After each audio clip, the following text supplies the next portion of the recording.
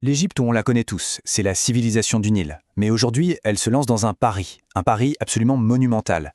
Remodeler son propre désert pour garantir son avenir. C'est une histoire d'ingénierie, de survie et d'ambition à une échelle presque inimaginable. Alors tout part d'un chiffre, un seul chiffre, 3,5%. C'est minuscule, hein?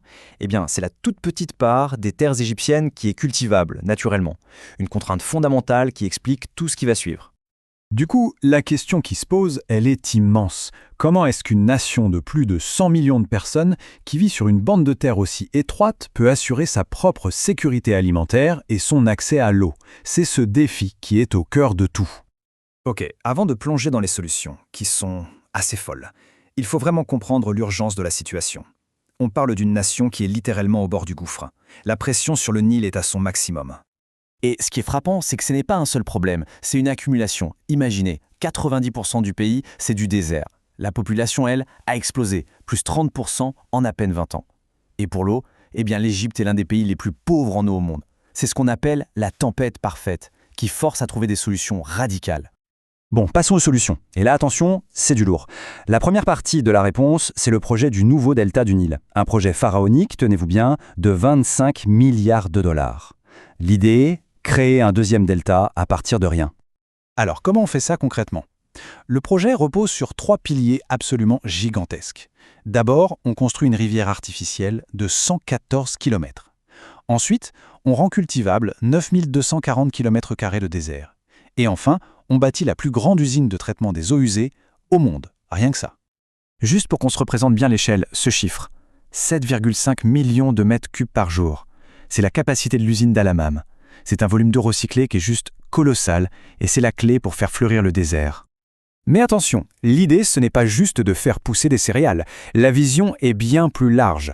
On prévoit de construire de nouvelles villes comme Jarian pour attirer plus d'1 million de personnes et désengorger les zones surpeuplées. On ne change pas seulement l'agriculture, on repense complètement où et comment les gens vont vivre.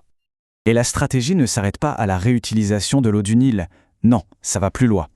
L'Égypte se lance dans une sorte de chasse au trésor high-tech pour trouver de l'eau là où on ne l'attend pas, cachée, profondément sous le sable. Le concept est fascinant. On parle de rivières enfouies. Qu'est-ce que c'est? En fait, ce sont d'immenses réserves d'eau souterraines, très anciennes, qui dorment sous le désert.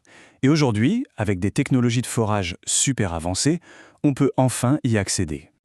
Et ça, ce n'est pas de la science-fiction. Regardez le projet Sanabel-Sono à Assouan.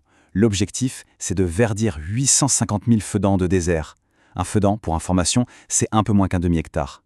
Et tout ça grâce à cette fameuse eau cachée. On transforme concrètement le paysage. Évidemment, un projet aussi gigantesque, c'est un pari à très haut risque. Il y a d'énormes obstacles à surmonter, que ce soit à l'intérieur du pays ou bien au-delà de ses frontières. D'abord, les problèmes internes. Le coût, évidemment, 25 milliards, c'est colossal. Ensuite, la technique. Les sols désertiques sont très salés.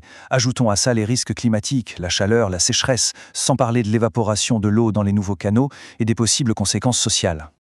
Mais au final, le plus grand de tous les défis, il ne se trouve peut-être pas en Égypte. Il est en amont du Nil. C'est là que tout se joue. On parle bien sûr du fameux GRD, le barrage de la grande renaissance éthiopienne. C'est un point de friction majeur. Pour l'Égypte, la sécurité de son eau, c'est une question de survie. Pour l'Éthiopie, ce barrage est vital pour son développement. Du coup, les positions sont très dures, on s'accuse mutuellement d'idées coloniales ou de vouloir déstabiliser la région. Un vrai blocage géopolitique. Alors, face à cette menace, l'Égypte ne reste pas les bras croisés. Elle anticipe. En guise de précaution, elle est en train d'agrandir le déversoir de Toshka. C'est une sorte de soupape de sécurité géante pour le grand barrage d'Assouan, pour gérer un éventuel afflux d'eau incontrôlé venu d'Éthiopie. Ok, on a vu les risques. Mais si le pari est gagné, la récompense, elle, serait tout aussi immense. Qu'est-ce que ça changerait concrètement pour l'Égypte? Regardons un peu ce qui motive tout ça, économiquement parlant. Ce graphique est très clair. Aujourd'hui, l'Égypte importe 70% de son blé. C'est une dépendance énorme, critique. Et c'est précisément ça que ces projets veulent changer. Cette dépendance, elle a un coût.